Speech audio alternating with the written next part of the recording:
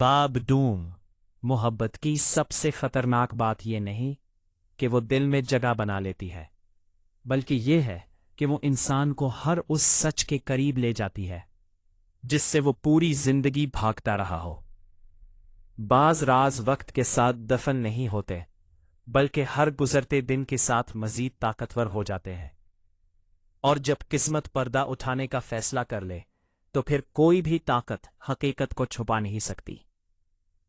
زویا پوری رات سو نہ سکی۔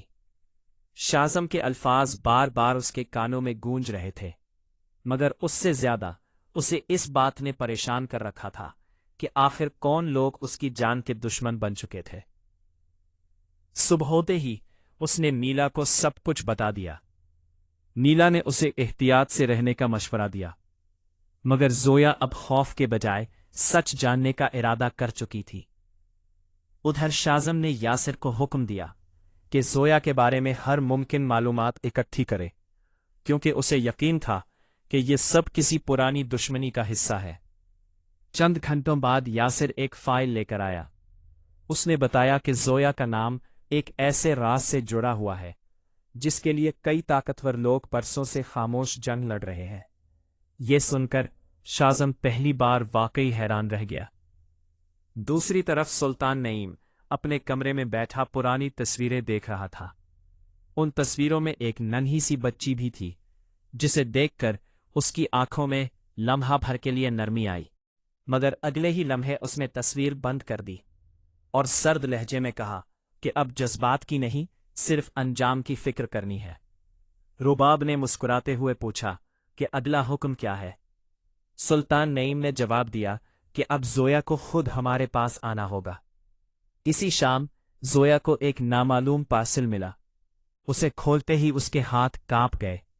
اندر ایک پرانی تصویر تھی جس میں وہ بچپن میں ایک ایسے شخص کے ساتھ کھڑی تھی جسے وہ کبھی نہیں جانتی تھی۔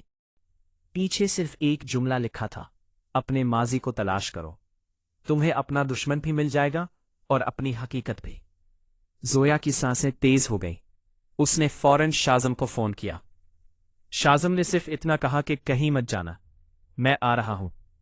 لیکن جب وہ زویا کے گھر پہنچا تو دروازہ کھلا ہوا تھا، کمرہ بکھرا پڑا تھا اور زویا وہاں موجود نہیں تھی۔ زمین پر صرف اس کا ٹوٹا ہوا بریسلٹ پڑا تھا۔ شازم نے وہ بریسلٹ اٹھایا، اس کی مٹھی بند ہو گئی اور اس کی آنکھوں میں پہلی بار ایسا غصہ اترا جس سے صاف ظاہر تھا کہ اب وہ کسی بھی قیمت پر زویا کو واپس لائے گا، چاہے اسے پوری دنیا سے لڑنا کیوں نہ پڑے۔ باب دوم شازم نے ٹوٹا ہوا بریسلٹ اپنی مٹھی میں مضبوطی سے دبا لیا۔ اسے یقین تھا کہ زویا اپنی مرضی سے کہیں نہیں گئی۔ یاسر فوراً اپنے لوگوں کے ساتھ ہر طرف تلاش میں نکل گیا، جبکہ نیلا متصل رو رہی تھی اور خود کو قصوروار سمجھ رہی تھی۔ ناصر خاموش کھڑا سب کچھ دیکھ رہا تھا، مگر اس کے چہرے پر عجیب سی بے چینی تھی۔ اسے پہلی بار احساس ہوا کہ سلطان نعیم کا منصوبہ حد سے آگے بڑھ چکا ہے۔ ادھر زویا نے آہستہ آہستہ آنکھیں کھولی تو خود کو ایک اندھیرے کمرے میں پایا۔ اس کے ہاتھ بندھے ہوئے تھے، مگر اس کی ہمت ابھی باقی تھی۔ اس نے ارد گرد نظر دوڑائی تو سامنے ایک کرسی پر سلطان نعیم بیٹھا تھا۔ اس کے چہرے پر عجیب سی مسکراہٹ تھی۔ زویا نے غصے سے پوچھا کہ تم کون ہو اور مجھے یہاں کیوں لائے ہو؟ سلطان نعیم نے جواب دینے کے بجائے ایک پرانی ڈائری اس کی طرف پھینکی اور بولا کہ اس کے ہر صفحے میں تمہاری زندگی کا وہ سچ دفن ہے جس سے تم آج تک بے خبر رہی ہو۔ تے ہاتھوں سے ڈائری کھولی۔ پہلے ہی صفحے پر اپنی ماں کی تصویر دیکھ کر اس کی آنکھیں بھر آئیں۔ وہ کچھ سمجھنے کی کوشش ہی کر رہی تھی کہ سلطان نعیم نے کہا کہ جس شخص کو تم برسوں سے اپنا محافظ سمجھتی رہی ہو، حقیقت میں وہی تمہاری زندگی کا سب سے بڑا مجرم ہے۔ یہ سن کر زویا کے قدموں تلے زمین نکل گئی۔ دوسری طرف شازم کو یاسر کی کال آئی۔ اس نے ایک خفیہ گودام کا پتہ ڈھونڈ لیا تھا جہاں مشکوک لوگوں کی آمد و رفت جاری تھی۔ شازم ایک لمحہ ضائع کیے بغیر وہاں پہنچا، مگر اندر داخل ہوتے ہی اسے احساس ہوا کہ وہ ایک جال میں آ چکا ہے۔